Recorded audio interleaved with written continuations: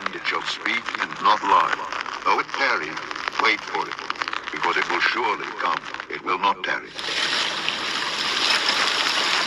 A few years ago, here on Redacted, we covered Sweden's bizarre microchip implanting story and their plan, which would have everyday citizens opting to have microchips implanted right into their bodies, right into their hands, the RFID or near-field communications chips, or NFC, basically the size of a grain of rice. And thousands of Swedes took the plunge.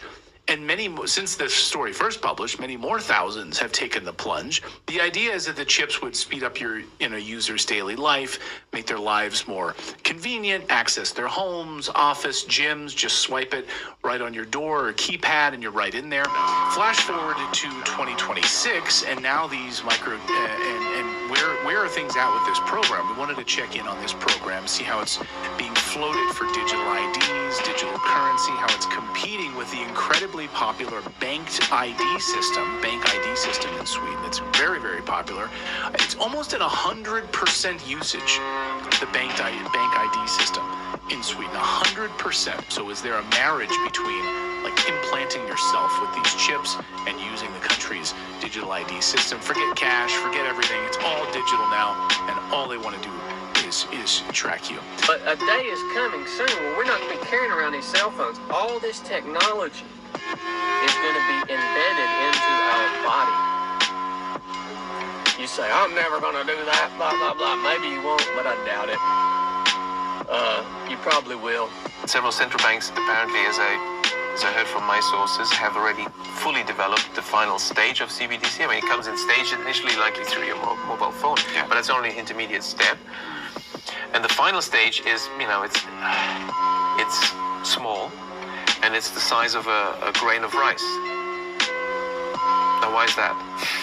And that grain of rice is your entire wallet? Or?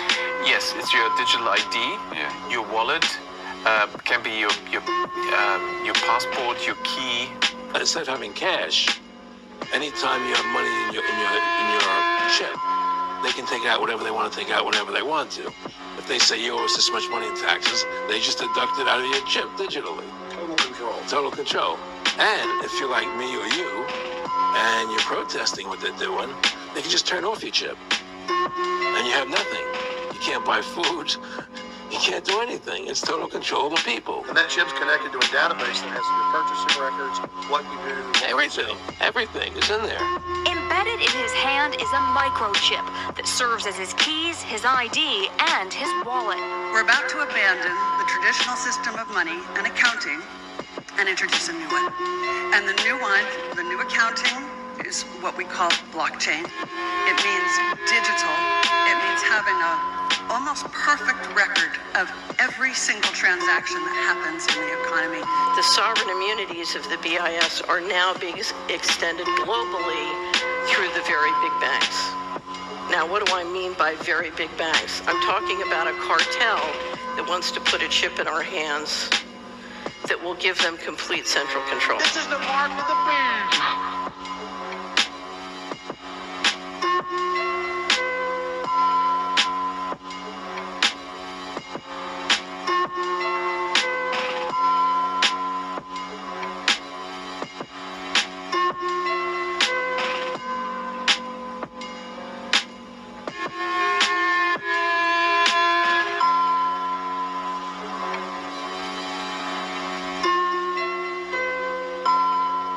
Commission President Ursula von der Leyen, perhaps the most prominent advocate of that dreaded COVID passport, was out there advocating that we all have to have digital IDs because the future will be digital.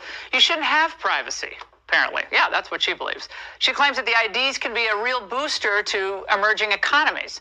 The trick is to build public digital infrastructure, she said, that is interoperable, open to all, and trusted. Joining me now to explain just how dangerous this is, Nigel Farage, former Brexit Party leader. Nigel, this is about global government control in a way to what? Redistribute the wealth away from the so-called wealthy nations to everybody else? Well, it's about control, isn't it? I mean, this is the most glaring example we've ever seen from a prominent world leader. Von der Leyen is the president of the European Commission, 450 million people living within that union. Oh, and by the way, she's unelected, she's appointed, and here she is brazenly saying we need a digital ID card or app on our phones. Now, bear in mind, France and Germany are trialing this already. The European Union, she wants this to be enforced by the early 2030s and, may I add, backed up by a central bank digital currency, living in a cashless society, and now she wants the whole thing to go global. Basically how this works, so these are just syringes that are preloaded with the chip. So somewhere maybe around about here, this is where the chip is going to be, and then this is just going to push down that inch and a half or something, and that will just deliver the chip into the skin. So you could think of all of these like keys, like whether it's a key to a building, key to a car, key to your safe, key to your PC, key to log into anything. You can use it to log into your phone. It can be useful in other things. It's a great technology. Why don't you have one? Because we don't have payments yet. Oh. That is what we're waiting for. That's what I'm waiting for, because we're just not there yet. The issue isn't us. The issue isn't our technology. We could do it in a heartbeat. We could do it right now. The problem, it's the other side. The security protocols that they would have to go through to make a payment, for good reason. There are walls there. You can't just clone your card to another chip, and then if we could do that, we'd have big problems. So, like, no cloning cards and other things for good reason. So the issue we have is getting banks on board. This will happen when a big tech giant gets a hold of this technology and decides to go ahead with it. And they will, eventually. They already have that global infrastructure. Like, you already have Google Pay, you already have Apple Pay, like, they've already done this. So it would take someone like that to be interested in this technology and apply what they already have, and we could do it overnight.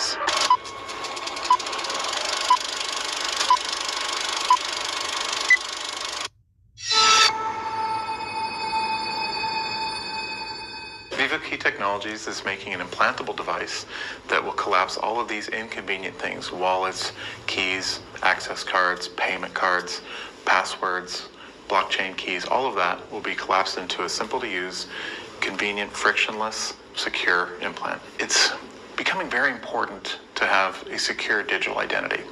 Your life online and through various services, be it even driver's licenses or passports or blockchain transactions, these things are becoming actually more important than your biological identity. Payments will be possible in the next 6 to 12 months. We're talking to major network providers right now in the different countries, and we have our identity platform prototype, which is finished. We're beginning integrations there as well. Next steps are going to be to finish negotiations with the banks and network providers and get payments working. Then continue expanding the identity platform and begin integration.